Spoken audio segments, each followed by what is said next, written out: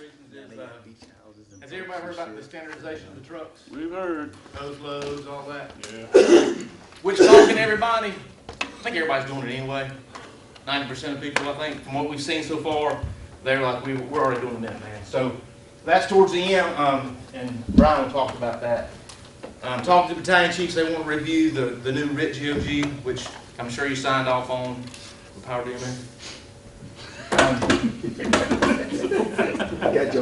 JPRs and service testing in August, we'll talk about that, because if you look at that calendar, it looks like a mess, but I'll explain that. Drill documentation, we kind of got hit a little bit with accreditation with some of our documentation, so we'll talk about that. Training hours, what you were talking about. If somebody's out for a while, how do you prorate your hours and how you should be thinking about it. Researching your EMT and your training hours. A little bit on in-mass communications. They've been doing some studies. Strayer's been working on a lot of stuff with that.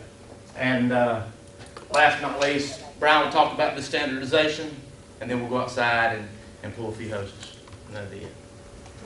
So, with this RIT GOG, it is in DMS, but if we appreciate any discussion. If y'all see something, why are we doing that? Why is it that way? Let's discuss it. I mean, we can always change it. But this is the stuff we saw with the RIT drills. Did anybody here do the RIT drills? Nobody got to do the RIT drills? So this is the stuff we ran into, and I think over the years, same stuff y'all ran into and Boggs ran into.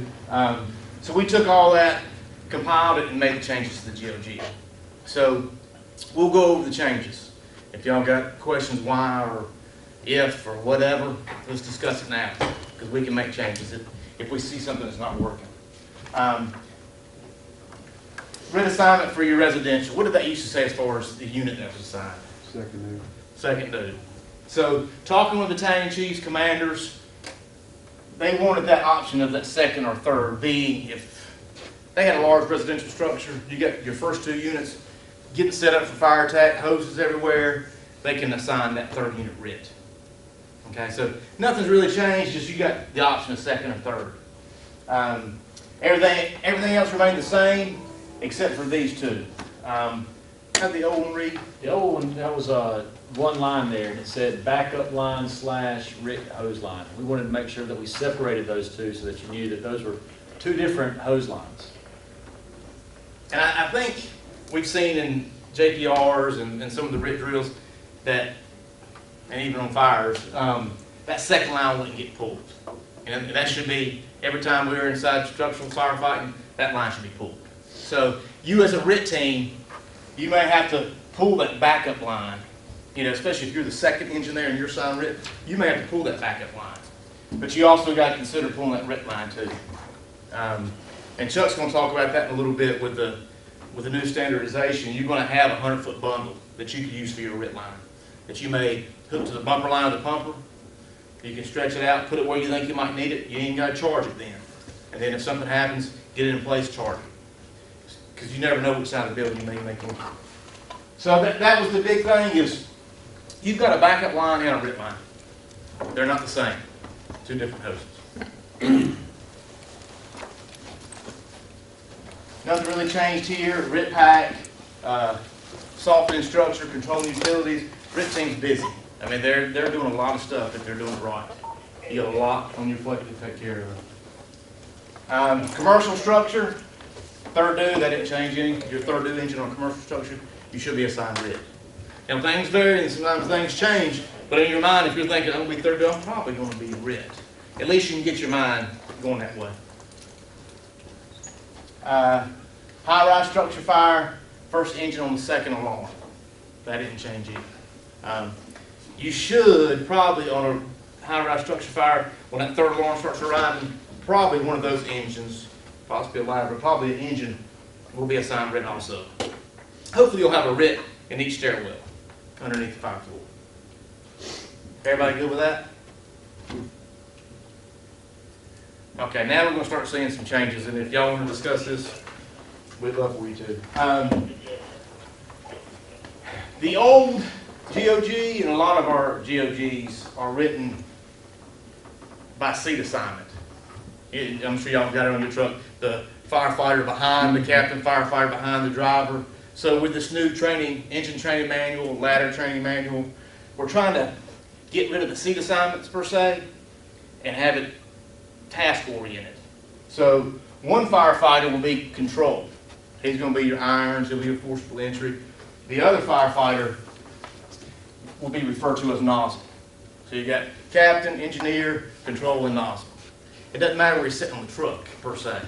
Now that might be a thing for you personally, but that task is not tied to that seat, it's tied to that individual. That makes sense?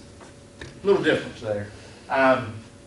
It gives that officer a little bit more leeway, I think, because if you might get 2 higher backs, you know the higher back, you might get 2 higher backs, and you may have to determine who's your nozzle, who's your control that day, on seniority or skill or anything. So it gives you that option.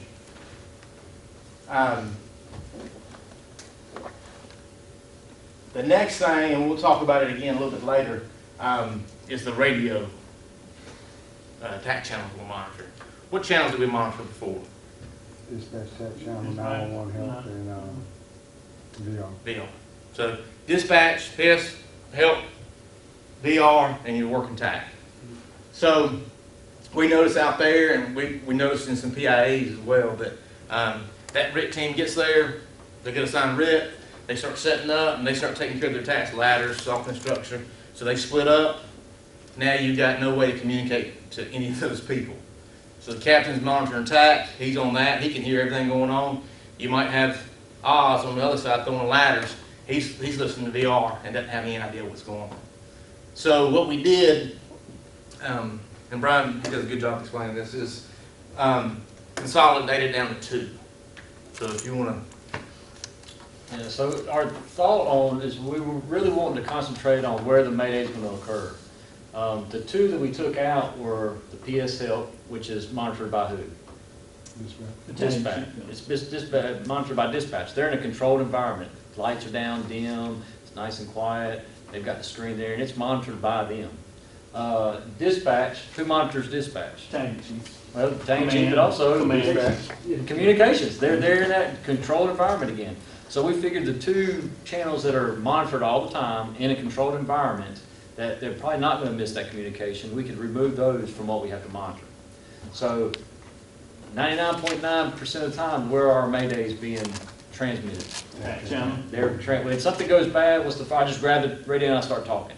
I call my mayday. I don't go and switch channels and stuff like that. I just grab it and start talking. So that's why we have it on the TAC channel. And then Fire VR, why do we still monitor Fire VR?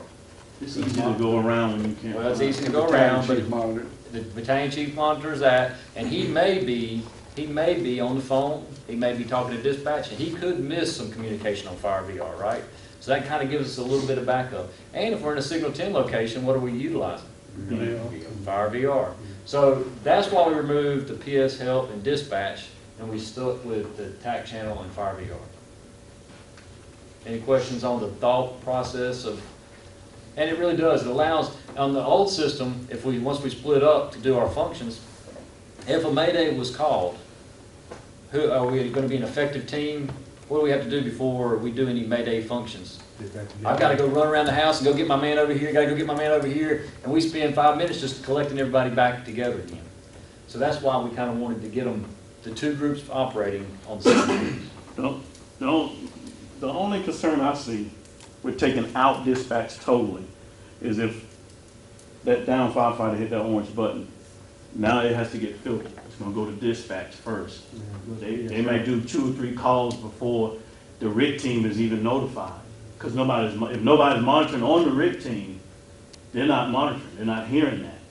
Well, they're not hearing that battalion chief, firefighter there, firefighter there. Well, the good thing about that is when they hit that button, what does the console at 911 say? I get it. They're notified quickly. Yeah. But I guess what I'm saying is, if somebody says mayday, mayday, mayday, everybody hears it. But that orange button gets pushed, I may not be able to reach, or that firefighter may not be able to reach. Okay, I'm just push the button, bang. Now that's a filter system. It is a filter system. You're right, that's what's kind of scary, and that's why and we'll get into this a little bit later. That's why we've got in here that if you're going to give a mayday, give it on the TAC. Our activation of the orange button, should be your last resort. Not saying you can't do it, Right, but right. it should be, and you still might be able to hit, but you're right, it is a filter system. And we've always been a little nervous about that filter system too, because now it's going through dispatch who probably, they have to answer that orange button 20 times a day from field ops, garbage, all that. They all got the orange button. So now we're relying on that filter. So that's another reason we're using that tack to give that mayday. But you're right. I mean, what were you going to say? And it's kind of just been shown that that's not the way Maydays come across. That's what I was gonna say. Oh, that's been drilling.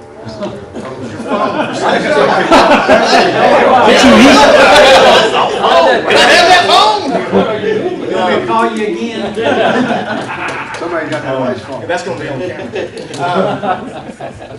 So that's the big reason. Wife's other phone. And I don't see any problem with, because like I said, you're going to be real busy. If you're doing what you're supposed to do. Everybody, so when you split, your officer should be with this firefighter because one's on VR, one's on TAC. And then when the engineer splits, he should be on TAC, and another firefighter will be on. So if you're together, general area, you still can communicate to the other group and each other. But we get all back together, we've done our job, now we're in kind of standby mode as a RIT team. I don't see a problem, Right. And that's going to be up to you as that RIT officer. But that's a good thing. Everybody good with that? So VR and TAC is what we're monitoring. We went to, on Vita, not Vita. Follow. And they made a call to go to fire local that day. It came in, it was fire alarm, now it's a structure fire, one of those. Called for a full alarm. Well, when they came on scene, it was Chief Last. He went to local. Captain Strep, he came over, set up the truck. What's the difference there? Why'd they do that? I don't know.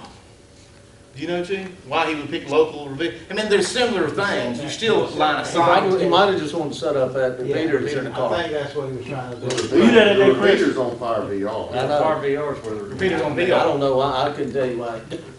The local is our channel, so it's kind of, we have control over it. Fire VR is a public channel.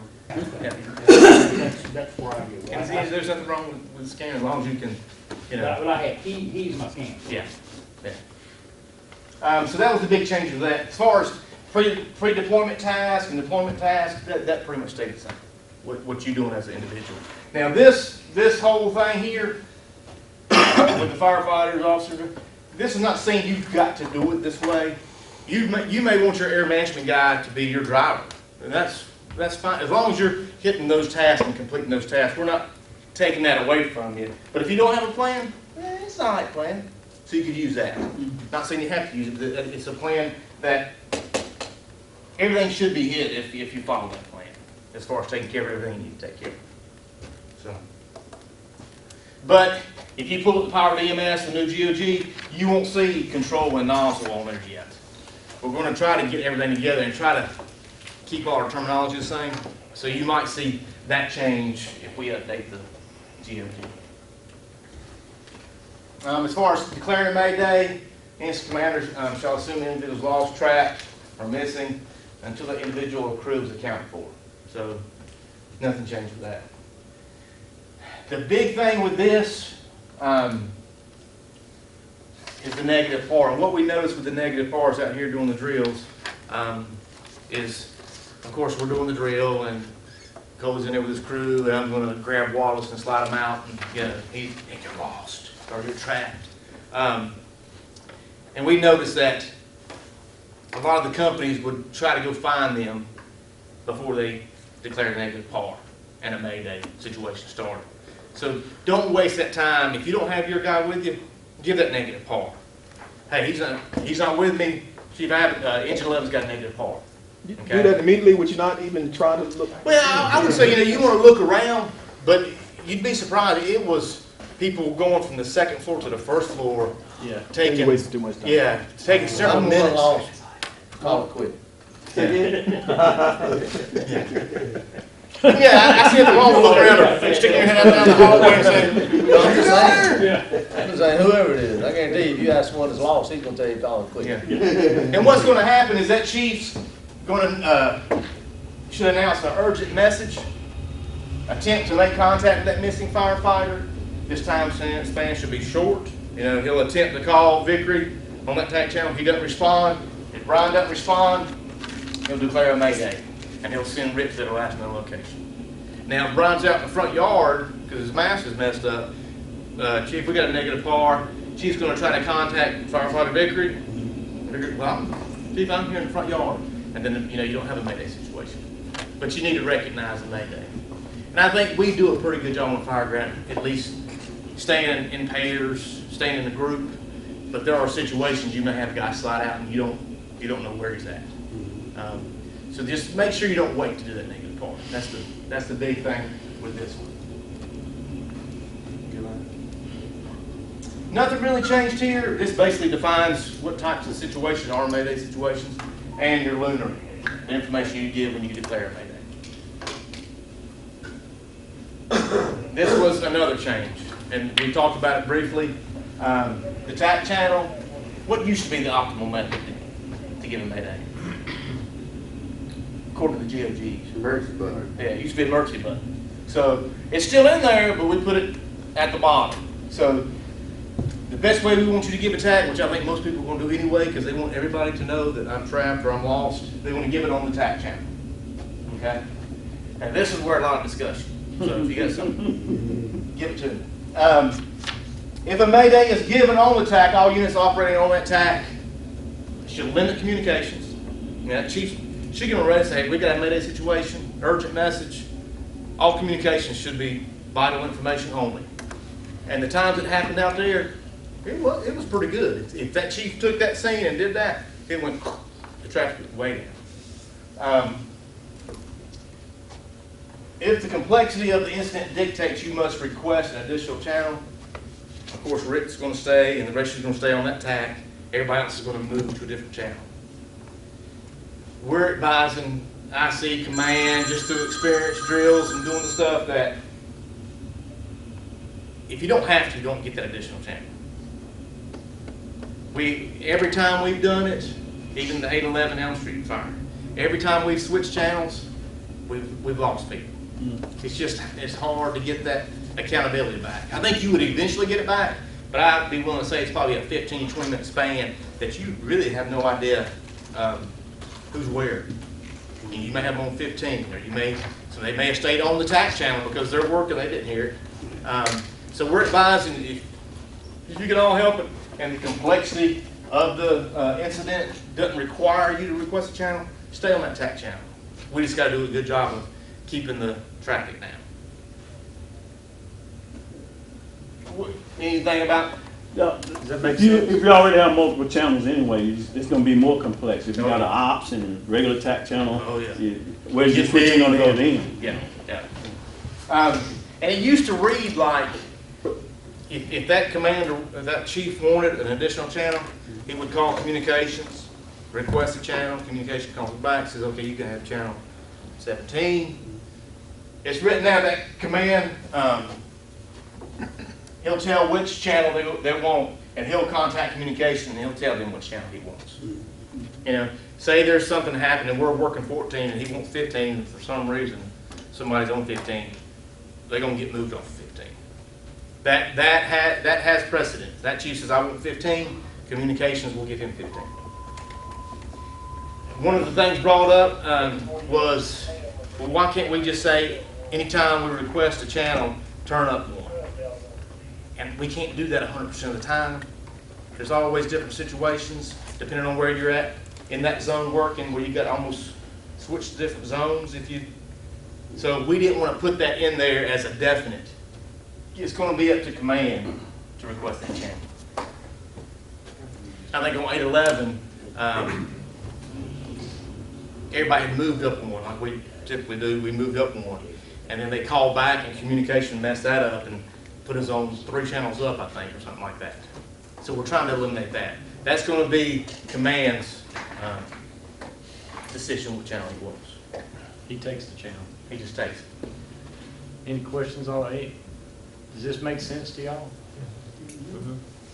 Another reason we kind of wanted to get out of that habit was, you know, sometimes when you're practicing and training on commanding that Mayday or something like that, that was one of those first tasks you did.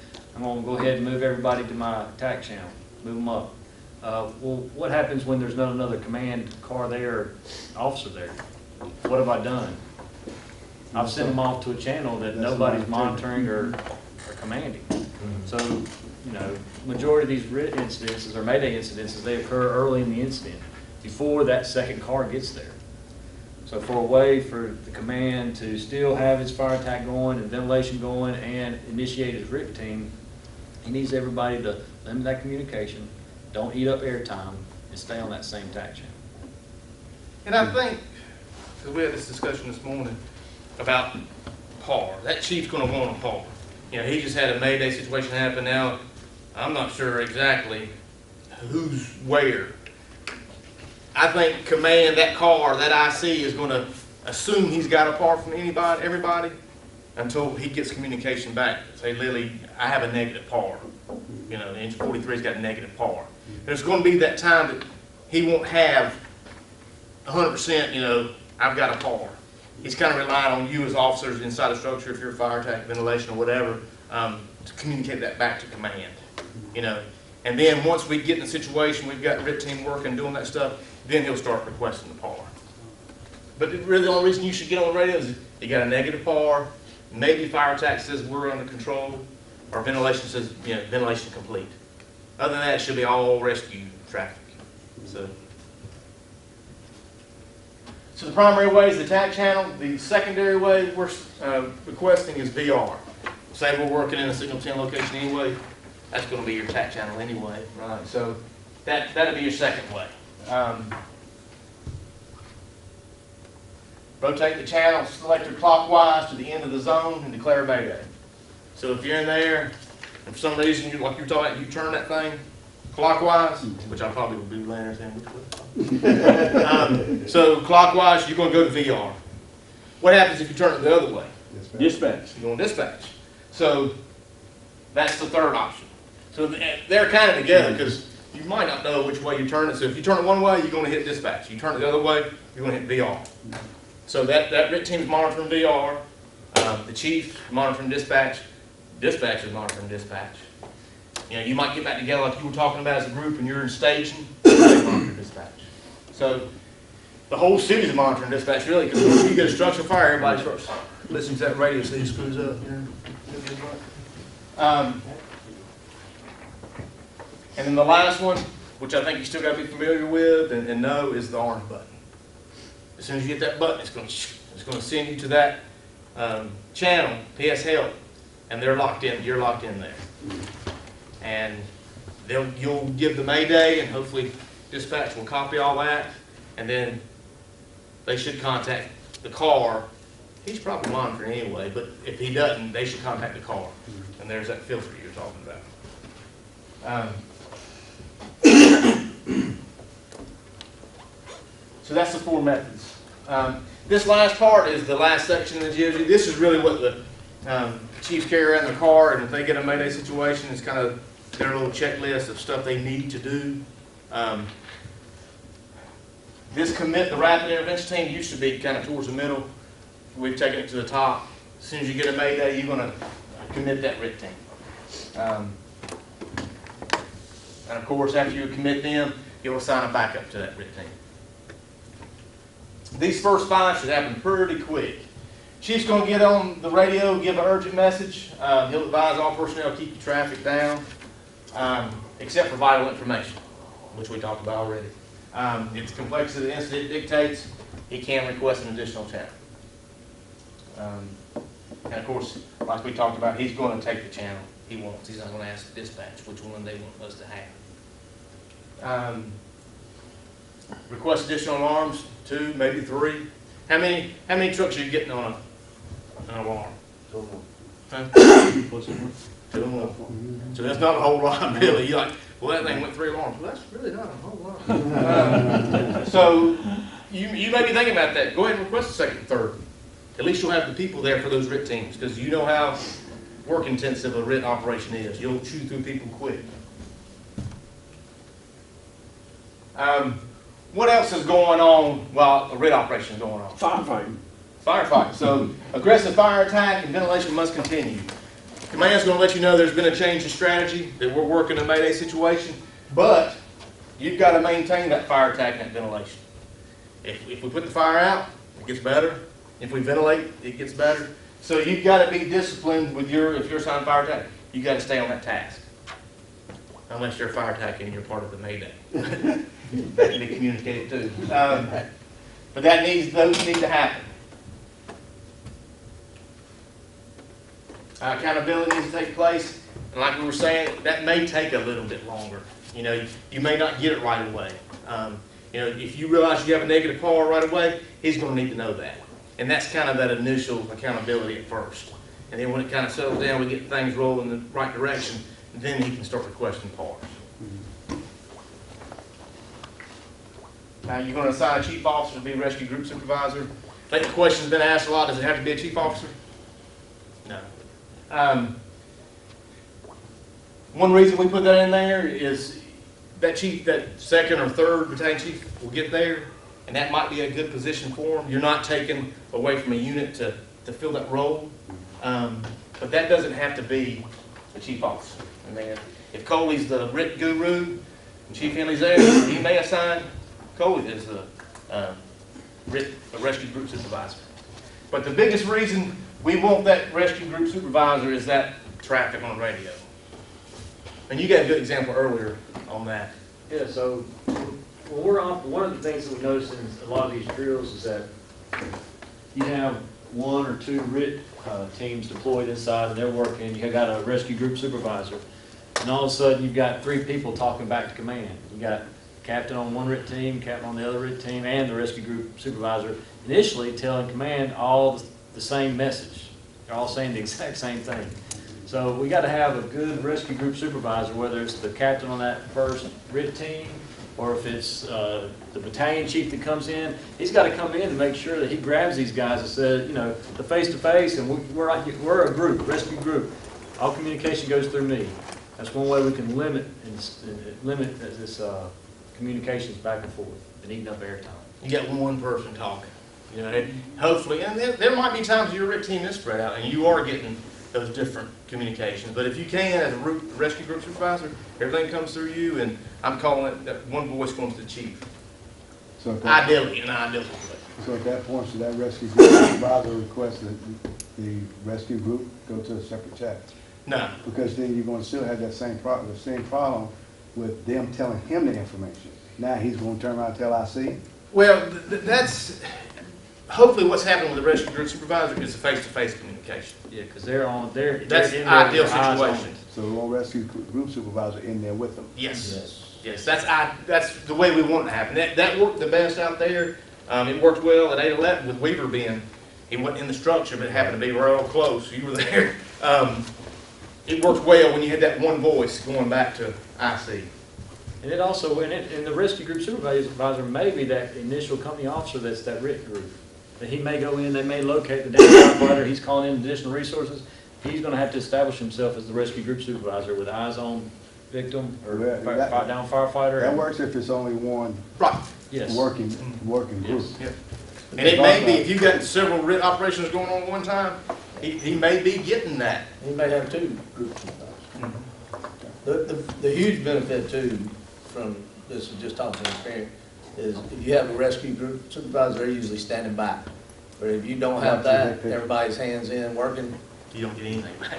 and you don't have anybody in control. If somebody's back doing communication and can watch and tell and see, it's usually a little bit, not usually, just about all the time run a lot smoother in there, as opposed to two captains. You've got an idea on what they want to do. And he's got to be forward thinking too. He can't be just looking here and looking at the immediate time. I need to be getting that plan together, that rescue plan. Okay, we're getting air on him. Let's look at our way out of here. Which way are we going? We're going out the window, we're going down the stairs. What are we doing? So as his crew and companies and other resources are coming in, he's that one that's developing that rescue plan to keep it going, keep us motivated and going the right direction. But the additional attack channel is always an option. It just starts to get a little difficult, but it is an option.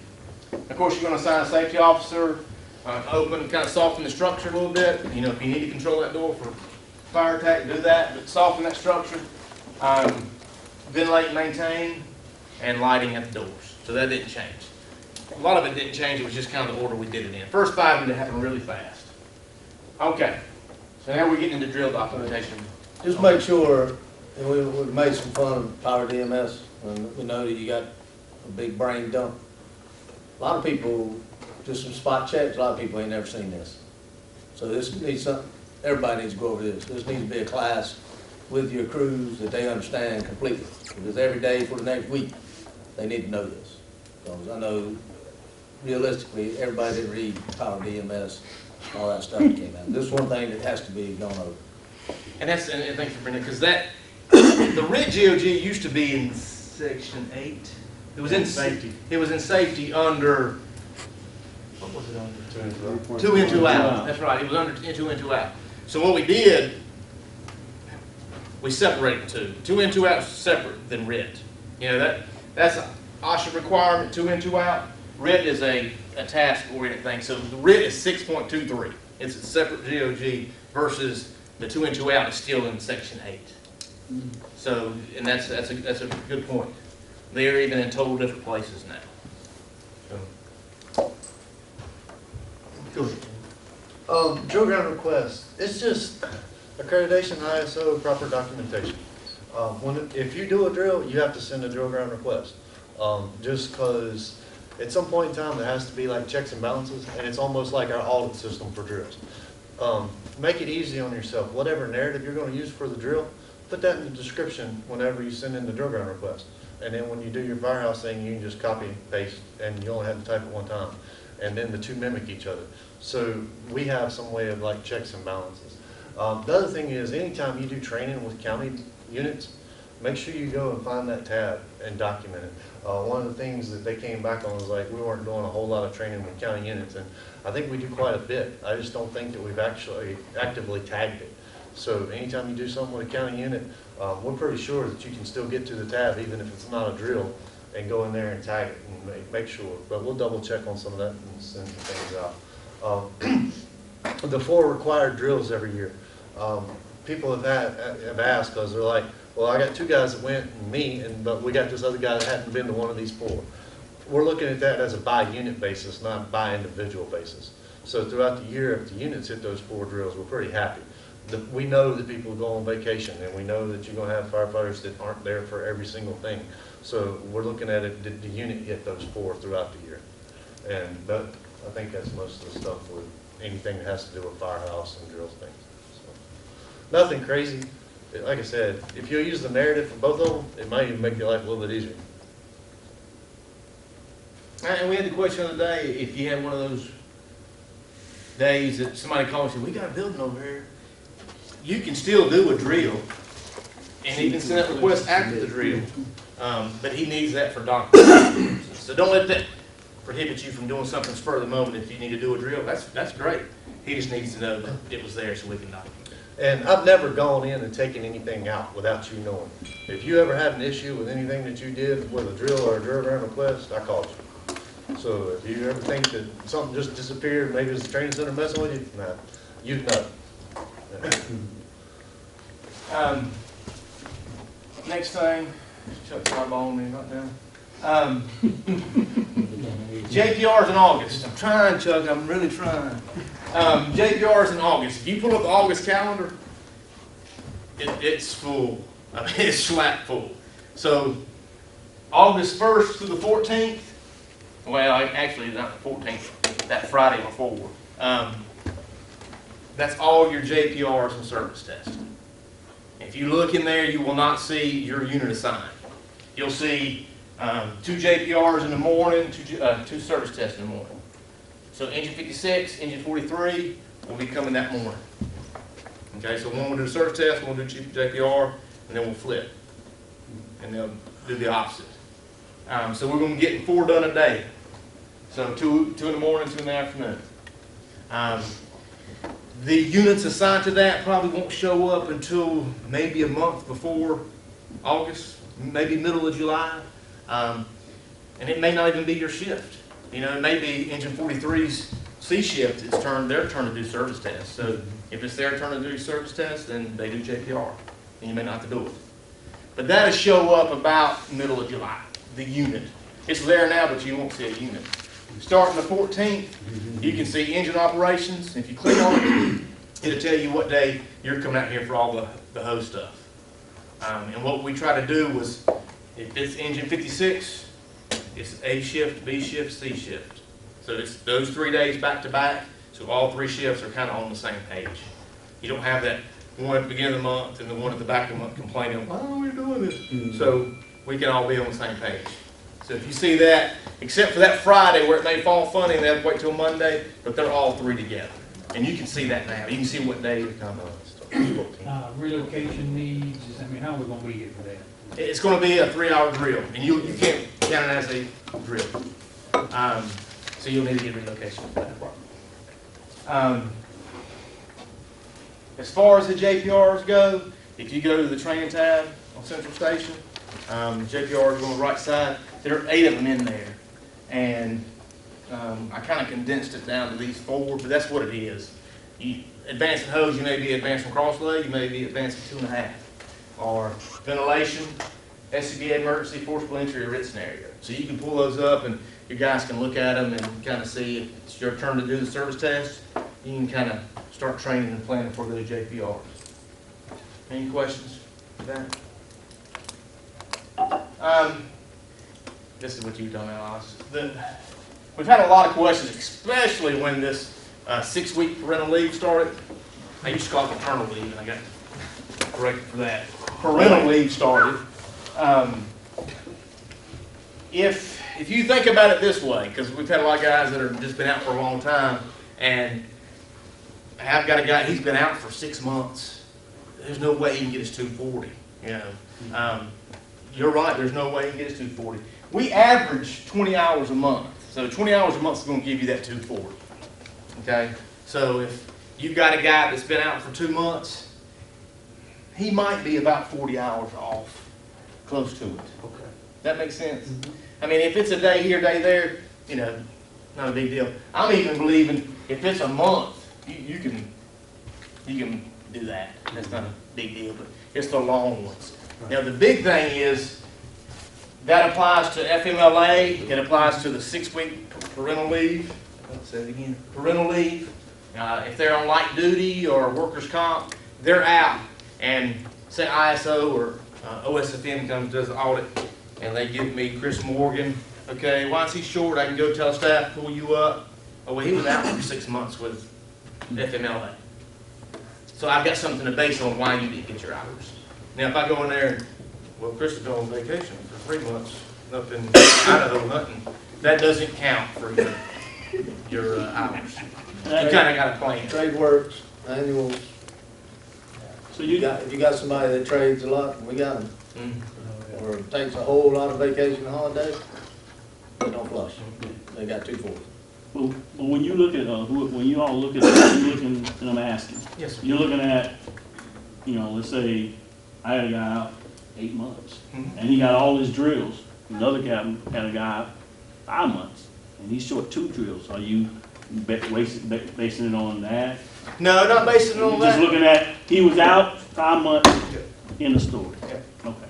And a lot of this can be made up. I mean, 20 hours a month really ain't a whole lot. And that's 2 hours a day, you know. But that guy that had his 8 drill that was out a long time, he probably wanted to do it. He probably had that company officer that was willing to do that. So we can't base it on. Right. The other thing that's got to come from the captains. If you have somebody that knows they're going to be on parental leave, I mean, they've known for 9 months. Well, they can start planning. They can start doing it. Or they can start reading some articles on fire engineering and put in an extra hour or 2. The parental leave is one thing, they cannot come back at all. They cannot come for training, they cannot come for EMT, they can't do nothing. The minute they walk back on property or do one thing, their parental leave's over and they're back on duty. So that's not the fire department, it's the city. So, same thing with surgery or whatever. I know that things pop up injuries, but if somebody knows they're gonna have shoulder surgery in November, in August, they can start doing a little bit more if they're gonna be out 2 months. It's that simple. It's not that hard. But are you saying if they're out and on some kind of medical, well, I got Trevor. Trevor's a different story. Yeah. But I mean, shouldn't he still be doing his EMT? EMT does not get a buy. That's, yeah, that's. No, you're right. EMT's a totally different animal. EMT does not get a buy. And that's what the next slide says. But on the same thing too, is if we say somebody that's been out 8 months, they've only been at work 4 months, and they turn in 240, what kind of quality training is that? I guess I was referring That's to just a drills. lot. It's a lot. What about drills? Yeah, that's what I'm saying, is yeah, Same thing. It's gonna fall right in the middle of the two, it's all training. The thing we don't want is people, and it happens, and it's gonna happen in the next 2 weeks. We're gonna be sending people out here because they got one person that needs one drill, or 2 people that need a drill. And they're gonna look on the calendar and see who's coming, they're gonna send somebody out here and they ain't gonna do jack shit. I know it, been there, done. That's what I'm talking about planning. There's no need in somebody who hadn't been out for a long, long time and ain't got 8 drills. That's no excuse. And that's firehouse, that's training hours. Now we're getting into EMT hours. And you know, this is a totally different animal. Everybody knows how to pull up your firehouse, your 240, right? Pretty easy, you can see that. Everybody good with pulling up your EMT hours for you guys to the report server? Anybody not? Everybody feel comfortable with that? We ran it, it's probably around 40 some people this time, came up short EMT. Guilford County EMS requires us to have 24 hours per year. They're concerned about the 96 because it all adds up, because 4 times, yeah. That's a state thing. Yeah, that's a state thing. This is Guilford County. We gotta have 24 per year. So the issue we started running into is if Gonzo pulled up his guy's training, let's say Bloodborne, for instance. He pulls up Bloodborne, or pulls up his training at the report server, and he sees, well, Bloodborne and HAZCOM, HIPAA, all that, it didn't drop till May 30th. We started it in January. It's been running all along, and it didn't, we had to close Moodle down and then import those names in to put in the data. So that's the issue we're trying to overcome. So with that being said, our goal this time is if Coley misses July's EMT, you're in Oklahoma, you're gone. You missed July's EMT. When you get back, August 1st, you're going to get a Powered EMS message that you're automatically enrolled in a soft tissue burn class that needs to be completed by August 31st. So it won't be, you shouldn't get to the end of the year and say, oh crap, you know, I missed July's EMT and now I'm short 3 hours. You'll be automatically enrolled in that EMT. You've got a month to finish it. And then now all that data becomes real-time data to you as a company officer. Now you can, all your guys' hours should be in the right place. Wasn't the HAZCOM and DMS? Yes. And that didn't.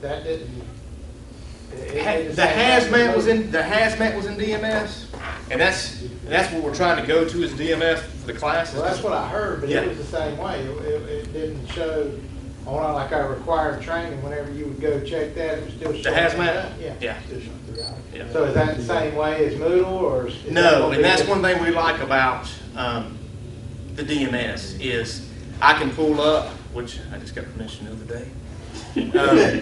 I can pull up now and see who's done it, and now I can see who hasn't completed it.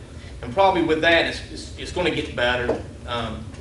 It's tough to enter 600 names, so I may wait a month. Like we started the first of, At the end of the month. yeah, we may start at the first of the month. I'll wait to the end of the month and put it in. You know, So there'll be like those- whoever does that month, then you'll put them in and they'll show up that month. That's right. Yeah, because that seems to help. It's not like you, if it all waits till a month before That's it's tough. over with, then you couldn't be so far behind. you don't even know. Yeah, you don't know until then, and you could have been doing it all along. All along. Because July was a long time ago, you slept since then. And if you missed July, you know, you got a long, I did that one time. So now, you'll be automatically enrolled. Now, I will say, has anybody had to do a Moodle class? You don't want to do it. Yeah. It's torture. Tell them, Derek. No. Yeah, all of the stuff is not on the computer. You gotta use all the. You gotta use your book. I mean, it is it's a 3-hour online class. True reality. It's hard to cheat. And if there's a way for firemen to do it, yeah, we'll find it. You gotta pass it with an 8. Yeah, that's You gotta the You thing. gotta pass it with an 8. I mean, there's still ways to cheat. I mean, So it kind of goes, what Chief was saying, if you know you're going to Oklahoma, Oh, yeah. you know, you can kind of start getting ahead of it. Yeah. Come on your day off. Unless you're on parental. Unless you're on parental leave. But even if you're on parental, you can't come on the TV. Yeah, you can do it at home on the computer, or when you come back, or before you go, or Okay. whatever, but you can't come in here. Come in here during that time and do. And that's tough, and I'm talking to Penny about that very issue. Hey, He might be. I just know that since you're talking about it, it's probably gonna happen to me in a couple of months. Yeah. Something's gonna happen, Yeah. somebody's gonna be like. Well, I am talking to Penny about it, because that's one of those things that, you know, you're at home with the baby, but it'd be nice if you come in and just take care of your EMT, but like Chief was saying, that's a city, so we're talking, we're trying to work it out. I think when the city gave us those 6 weeks, which was, great, they didn't see how it would affect Con Ed and stuff like that. It was just, hey, we're giving you these hours. Thank you. Doesn't do you any good. I missed it. I got my 2.5 days. 128 hours. Any questions about the EMT? They ain't giving you nothing, As far yeah. as drills, just standard if they're off duty, period, or is that acceptable? Not on parental, but just off duty, period. We had that question earlier, and I think, say somebody took a holiday, and it's getting towards, let's say it's June, and it's getting towards July, and he needs that one drill, and he says, can I come in tonight for this drill? You can, he can, but we need to put him back on that roster.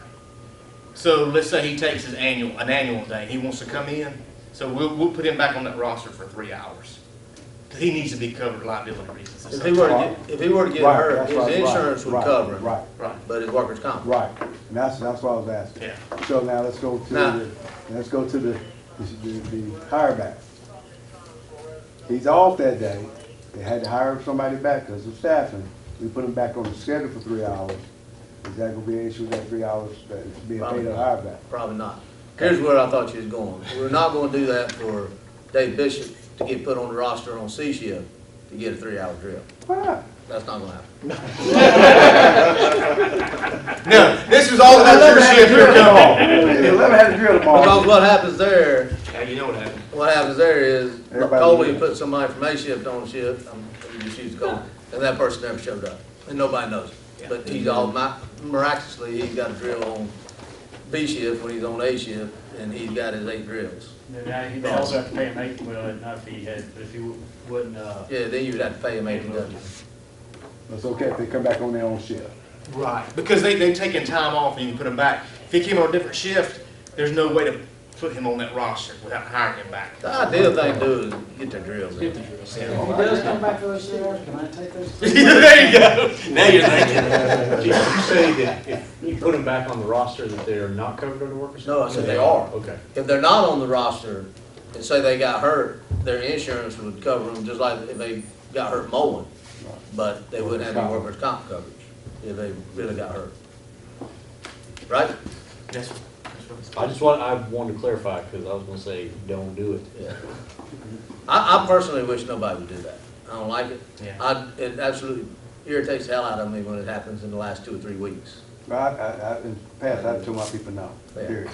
So, but, Well, where it happens is like on hazmat. You may have a big hazmat drill planned, and this is just kind of an unusual training opportunity, and you have a guy that's off, and he says, man, I really love to hit that drill. Can I still come in my day off? What you do is you would take that annual, bump it down, put him back on the roster. He can come in and do that unusual training opportunity that you don't get all the time. And that would be a way to fix that. But like Chief says, the best way to do it is just get your drills. Unless you're hurt, rental leave. Then it don't matter. Are you good? Everybody good with that?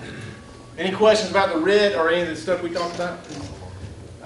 So Jones is going to talk about, oh, no, we've talked about this real quick. Sorry. One more slide. Then, Chuck, I promise this is gonna be short. I like a Baptist. Keep doing You this. don't get off 4:30? I I ain't know. gonna hold you on. Just Double check, that is long enough. We've done a lot. Asheville did a study. Seth Strayer's been messing with the communication when you're wearing your mask with the new radios. There's some issues there. We've noticed out there doing drills, JPRs and RIT drills and stuff. If you hold your mic to the left side of your face where the purge valve is, and you've got that port on the mask, that's where you should be speaking from. So if you had a gloved hand, you had the mic, if you put your gloved hand where it touched that purge valve and keep it there, that's a good distance to be away to be able to communicate effectively and be understood. Go back to the station and play with it. I know Seth was saying, especially the new radios, and Chief, you probably might be able to speak to this too. Like a lady's voice is harder to hear, and I think it's the pitch of the voice affects, especially if the viral alert's going off, your pass is going off, and you're trying to talk, especially if you're doing it down here and all that's going on, you know. So take it and get to the habit of doing it here. Now you probably can be heard if you don't have a lot of passes going off, if you just get here and talk. But if you make it a habit of going to your face about 2 inches away from that port and talking, it's like muscle memory, like you were saying earlier. That's where you speak from. So the big thing we were thinking about, just go back to the station, let you guys play with it. Everybody's voice is a little different. Let that person find out where works best for them. And it's a big difference if you listen to yourself talking to that side. I think some people are even using the speaker that we have on our face, if you remember to turn it on, to talk through. Don't talk on that right side, talk on the left side of that port. Any questions about that? It's one of those good luck reinforced bad habit type things. I've always been able to keep the mic here and be heard just fine. That's true until your viral alert and your fast device goes off, then the shit don't work. So you're trying to call maydays, you're trying to do stuff, and because of the new radios combined with everything else, it ain't picking you up like it does under normal operation. So make your guys crawl around, set that stuff off, and the people that never talk on the radio, see if you can hear them. And trying to get that muscle memory to where this is where I go to. If that's best practices and that's where they're going to hear me when I'm dying, then I want that as my muscle memory feature. This is how I talk on the radio when I'm not. That make sense? Because I think a lot of us, where did we talk in Greensboro? Where's our speech column in Greensboro? It was right there, so we still tend to do that. So yeah, it's that muscle memory thing going to that left side. So Jones is going to talk about the engine company standard. All right, so everybody got a sheet with like engine company, training manual stamped on the front of it. We realized that if you care about this job, you came up with some type of an initial playbook. If you were ever part of any type of sports team, if you didn't have a playbook, how many games did you win? So, and you damn sure could never call an audible, all right? So that's what this is. We're not trying to take away from anybody's playbook. If you've got something and it works, then you're a part of the people that actually care about the job, and we're trying to come up with some things. What we're trying to do is, I guess like everybody else in this room, whenever I rode Rescue 5, I came to work and I cared about what? Rescue 5. That was the truck that I cared about. I didn't focus on the whole world and everything else that was going on. Now, with the introduction of lieutenants and how often people are traveling and hirebacks, everything else that's going on, coming up here, you have to start to look at things from a little bit different perspective. A perfect example is the apartment light. 2 years ago, that's what we did for JPRs with the engines. Everybody showed up and pulled their apartment light. I said, you know what, I'm going to keep track of this. I'm going to write down how it's loaded. After 19 engine companies, I was yet to go back and make a tick where one of them was the same. Okay? So we have to have a standard way of doing things, and that's what this is like naming those guys on the back and giving you a footprint that is kind of acceptable and works pretty decent as the new guy shows up at your station. Anybody here had 2 hirebacks on the back of their truck at any point in time? 8:05, you had a call. Have you had a chance to go through your playbook and how you do things? So what happened when you showed up on that call? So now we're to the point that maybe I can possibly teach a recruit before he even leaves here. This is what's expected of a nozzleman. This is what's expected of a controlled firefighter. His first day on shift, you get a structure fire at 8 o'clock in the morning and he just put his stuff on the truck. What did you guys say to him? You're my control guy. and he should have a general understanding of what life is. A lieutenant walks into the station. If a lieutenant shows up and goes to ride ladder 5 or ladder 7, that's liable to be a 3-hour conversation with the crew as to what his job is for things. Now, maybe it can be cut down to, hey, look, this is what we do differently than what's on this sheet, rather than an entire learning thing.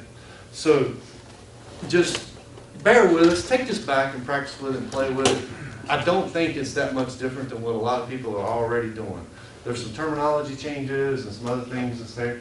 But literally, this was like a 2-year-long process with committees. A couple of them are in here today. They'll tell you it wasn't always agreed. Because whether we like it or not, if I came up with a system, I'm pretty damn proud of my system. And I've been doing this. This is what I want to keep doing. And that's tough sometimes when it's give and take on both sides, trying to come up with something where we're collective. So we understand that. So just realize that it is a work in progress, but at some point in time, we got to be normal. You know, and the thing that I always throw out there, and I'm still in Jim Boggs' line, is what are the 2 things firemen hate the most? Change. And the way things are.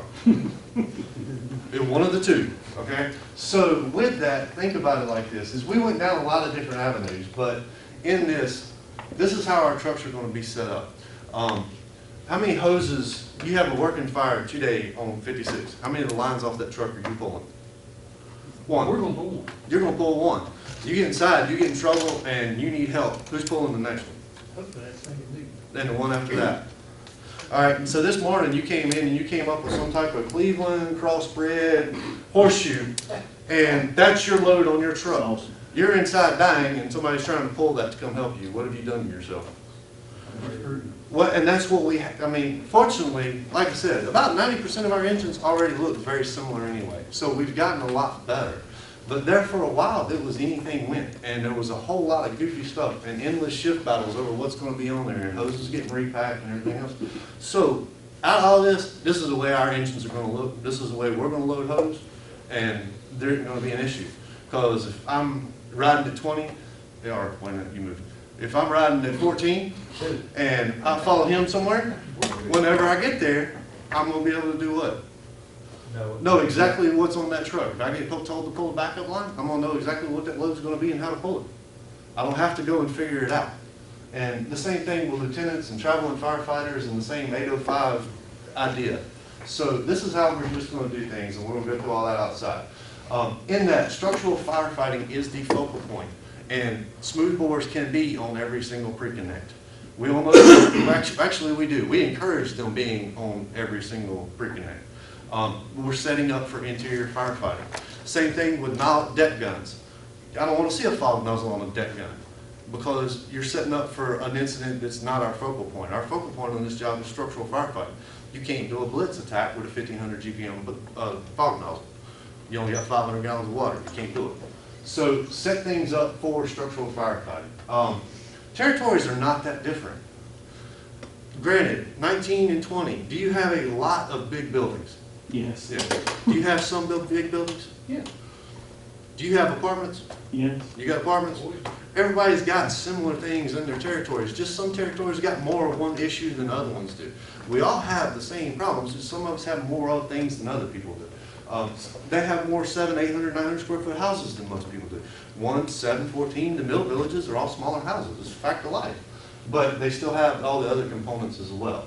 So territories aren't that different. So using that as an excuse as to how your truck was so special doesn't really fly all that well, because we have to be able to adapt to any one of these calls that we go on. And that's what it is. After August, no more apartment loads on trucks. Real quick, why did we ever put them on there? Long legs. We had people trying to pump an 1.5 inch line, 300 feet with 100 PSI on a nozzle. The friction loss and everything on that's like over excess of 200 PSI. You can't do it. After August, everybody's going to have 1.88 crosslays. Every truck's going to have 1.8 crosslays. A 300 foot 1.88 crosslay gets pumped at 110. So we're taking the apartment loads off. Everybody's getting a 100 foot bundle. Now that 100 foot bundle can be extended off your crosslay. 300 foot, it works just fine. But we don't pull 300 foot hose off and do it. Most of the time our pre-connects work out well. The other thing that 100 foot bundle does is it provides you that rick line to lay in the front yard. And we always hit it again. It's like every fire gets 3 lines. You get a primary attack line, a backup attack line, and then a rick line put on the ground. You don't have to charge the rick line. Leave it dry. So if you need something on the backside of the structure, it's easier to move and then charge it. So you can even leave it strapped together there. It's pretty easy to pull off straps and move a hose line. So just make sure it'll reach everything that's there. And that's what we did. As technology changed, we got 50 PSI nozzles, we got hose with lower friction loss. It allows us to do some things differently than we once could. And hopefully that's us moving forward rather than, well, we've always had an apartment load, I want to keep an apartment load. Make sense? So with that, we got rid of having Ys in the line. We also got rid of using nozzles to extend from, and we took out a failure point. Even addressing it with training, it is still a failure point. And now that's not an issue. So, top 10 things. We're not going to time this. We're not going to call any company out here and say, go, and us worry about this. But what we're looking at is a truck to show up on scene and have water to the nozzle in a minute. So from air brakes to water at the nozzle, 1 minute. If you pull a 2.5, minute 30 seconds. That's for you to shoot for inside your company. Notice he parks either prior to the structure or after the structure. Shoulder loads one side, hooks the other side, hooks the supply side with his left arm, walks to where he lines up with his target or the front door. He's got the nozzle and the coupling. He walks to the door and the coupling. He yells back and calls for water. The other thing that we're telling you is it's 150 GPMs. Don't soft charge these lines anymore. Get your drivers, whenever you say charge this line, pull it. If he runs that throttle up to 100 PSI and then pulls it, it blows all the kinks out on the way. You don't have to worry about it. It's not going to water hammer the hose. It's not going to, the hose isn't going to explode. It's tested to 300. And you get rid of the kinks and you get back to where you got an actual flow before you go in the door and it takes care of stuff. The other thing is, and we've hit this with every group, so we're not going to miss it on this one, is don't park in front of the address. Who gets the address? Ladder. Okay, why do we keep doing it? If everybody knows this, it keeps happening. So, Inexperienced drivers. no, No. that's not an excuse. So, what, give me one reason an engine should be parked in front of the residence. Wouldn't you, I mean, as The only a thing I general- can come up with is installing smoke detectors. as a general rule, wouldn't you want that first engine to go past the property? I don't think you can say he has to go past. I don't think you say he has to stop short. I think you should be in one of those two. There's times that you're going to pull by, there's times you need to stop short. And that's a condition determines actions thing, and a You know territory which thing. way the ladders come in. Well, yeah, I guess I'm used to being. If you're used to having a ladder behind you, you pull past. Yeah. Yeah. But if not in that scenario, you do something different. If your ladder's out, you gotta- The other thing with this is if you stop short or you pull by, you give that nozzle guy at least 50 feet that he gets to clear all that hose and none of it's a mess. That was the biggest thing that we saw with JPRs is whenever people would park up here and literally run a JPR, we'd say do it just like you would. They'd park dead in front of the burn building. And then they don't have any chance to get all the kinks out because they only got 20 feet between the truck and the door to get the hose out of the compartment. There's not enough room, so now they gotta walk the opposite way and then come back and do some things differently. So stop short, charge the lines, whenever they say charge it, pull it and send some pressure downstream so you blow all the kinks out and you don't have to worry about those things. These are the things that we're looking to try to improve. We should be better at stuff. We should be better at it. Department average, like, the one thing I get out of running JPRs is we track everything, right? We track the time that it takes for the dispatch. We track the time that it takes for us to process it and get you punched out. We track the time for you to get on the truck. We track the time for you to get en route. JPRs was about what's the time from the time you pull the parking brake till we actually get water to the scene of the fire. Our average is like 4:30. And somebody says, well, that seems really high. And I'm like, it is really high. And they're like, we probably do better on calls. I don't think so. If you can't do better out here, how are you going to do better when you're all stressed out? So we should be better than that. And this is the starting point of that, is getting water to that line, to that door. We talked about the 100-foot bundle, and this is just one example of the options that you have with it. You've got that apartment where you need 300 feet to reach the scene of the fire. Your nozzle firefighter grabs the bundle, he goes up to the landing, and does the straps. We incorporated a hose strap, so because anytime you go vertical, you got to be able to secure the hose. So we just incorporated it in the bundle. He looks for the ears that are half the center. We leave a little ascending so you know what it is. He walks back 20 feet, it's flaked out. The other firefighter's bringing the crosslay to him. Nozzle comes off, gets screwed on. You charge the line after you secure it with the hose tool, and they're ready to go fight fire. And that's a 300-foot leg. But we don't pull 300-foot hoses all that often.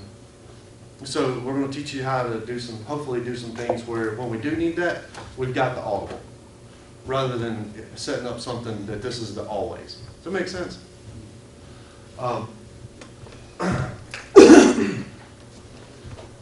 We're just trying to get better. We're too big not to have a standard way that we kind of operate. Like, how did you learn how to operate in Greensboro? Bob, the other guys in front. Just whoever you were around. So literally, because of just who you were around, it encouraged us to have different ways that we thought and different processes that we did things. And we're trying to set it up for whoever's coming next. That's all I got. Go outside.